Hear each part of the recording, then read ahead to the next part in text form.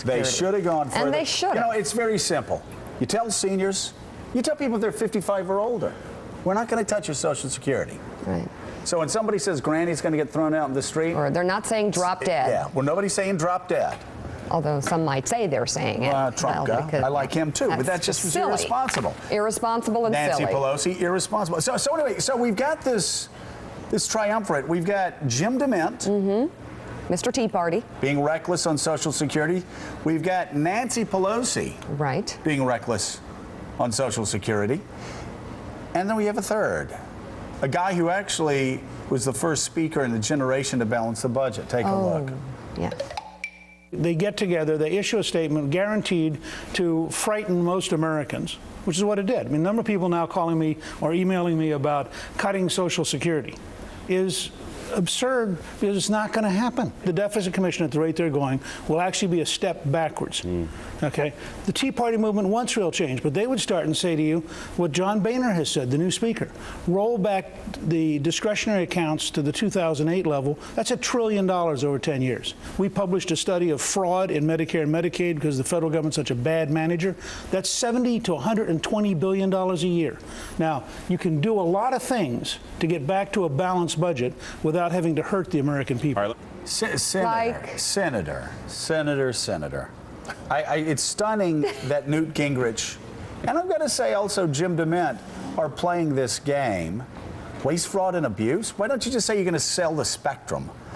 Isn't this what got Republicans in trouble during the Bush era? It is, and we have to have some straight talk about this. We're not going to be able to balance the budget or get us anywhere close to that unless we make some real changes on entitlements. And like what you said before about Marco Rubio doing the debate for the U.S. Senate, he said that we're going to have to go into Social Security, we're going to have to fix it.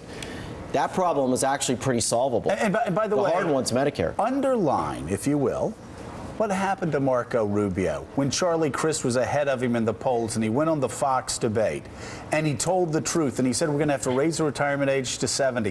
What happened to him after that? It was the end of his career, right? Because you can't say that in Florida. He just won by 20 points. And in Florida... With 3 people in the race. And in Florida, that's always been, as you know, the third rail. You never talk about Social Security. You never talk about these entitlement programs. But what we're finding in Florida is what we're finding in the whole country is that seniors now are saying, we don't want to leave this country in a place where our kids and grandkids are underwater in debt. It's actually becoming a positive, a voting issue for seniors that we have to do something about reckless spending. And Willie, we had talked earlier about our children who were being thrown out in the street. I've got a 2-year-old boy, and how old is W? He's 16 months. Oh. W is 16 months. W will now have to get his Social Security when he's 69. Can you believe that? But Kate, who is 7 years old, will still Kate. get it like probably at 60, 62. She could probably smoke cigarettes for 8 years, just whatever she wants to do. It's going to be all right. I mean, seriously. I mean, and so for these clowns to talk about throwing seniors out, well, Newt Gingrich knows nobody's getting thrown in the street. So what's he Jim doing? DeMint knows Tell nobody's us what getting he's really Nancy doing. Pelosi knows it. Why are they lying about Well, this? you tell us. Well, Senator, is with politics involved, with people having to answer to their constituencies, is it actually possible at this point to get any consensus, to get anything done?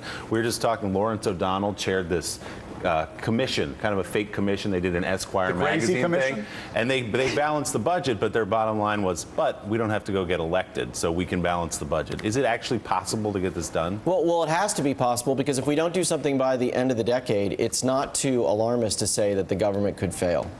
By the end of the decade, we'll be paying $900 billion a year in debt service. The government can't function paying that much. We pay $200 billion now. If we went, just for example, back and said we're going to cap all spending at 2007 levels, across the board, entitlements, everything, defense, all discretionary spending, and we held that fast for 10 years, we'd balance the budget in 13, and we'd cut the national debt from $13 trillion to $6.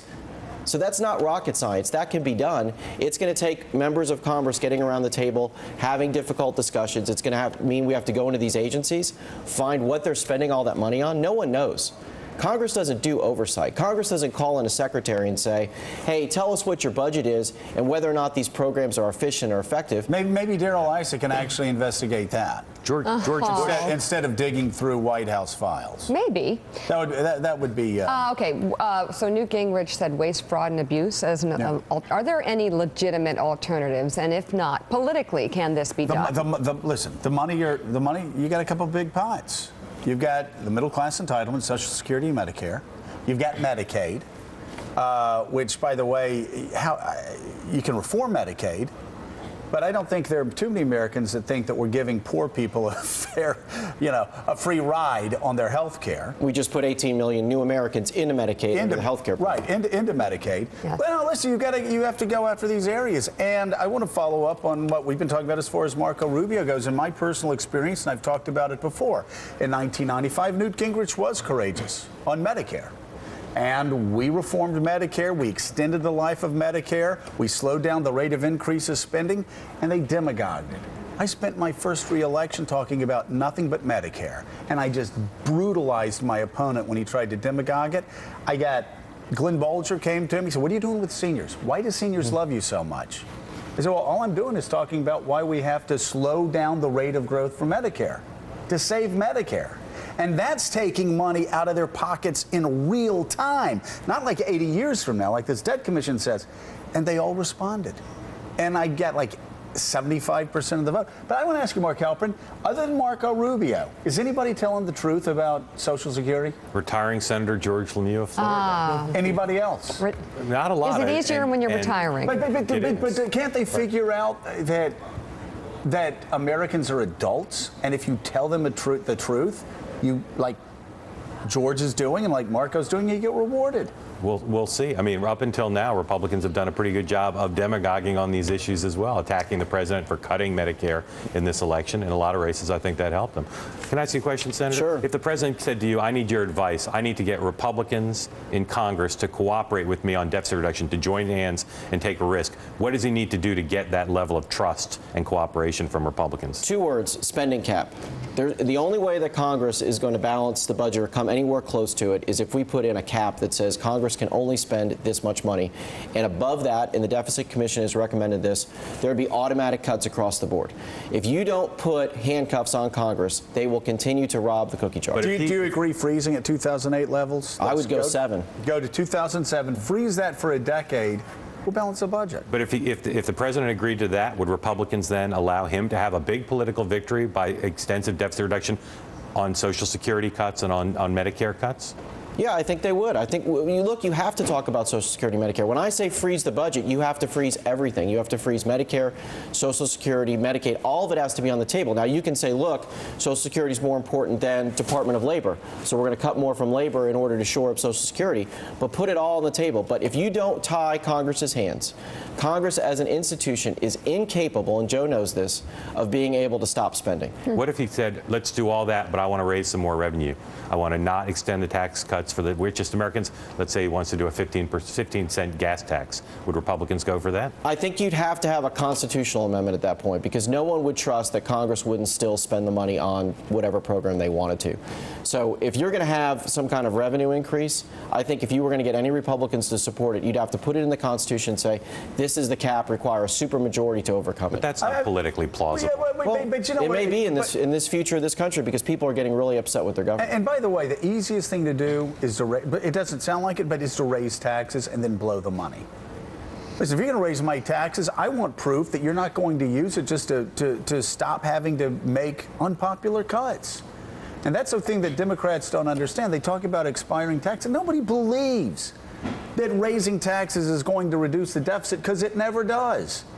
It dampens the economy, and politicians in Washington keep spending money. This is why California's in the state it's in.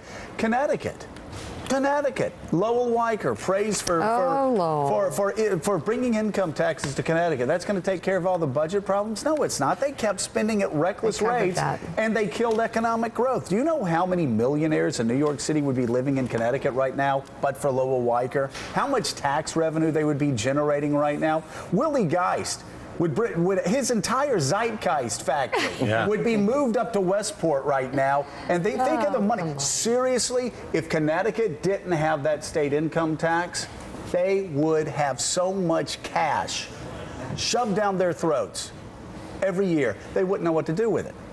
But Weicker raises the taxes, and what happens?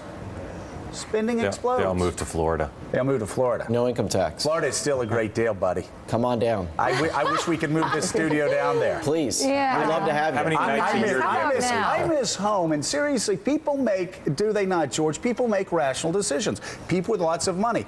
If I had lots of money and I was going to start a business, would I start it in New York or New Jersey? I mean, give Chris Christie 5 years, I'd start in New Jersey. No, I would go to Florida. No state income tax. Just like OJ did. Just like OJ did. But in OJ's defense, No. the murderer, seriously? Yeah, could have been there. We thought he was hanging around some Panama City golf courses. That's why OJ went to my district.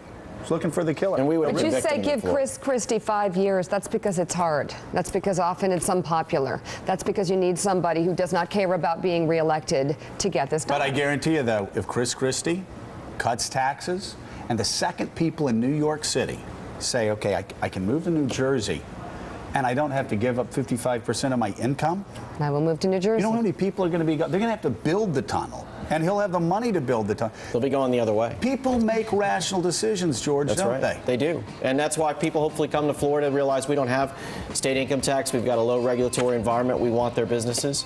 So they do make rational decisions. My dad moved from upstate New York, moved us from upstate New York down to Florida back in '78. He was stunned for a year what he didn't have to pay taxes on.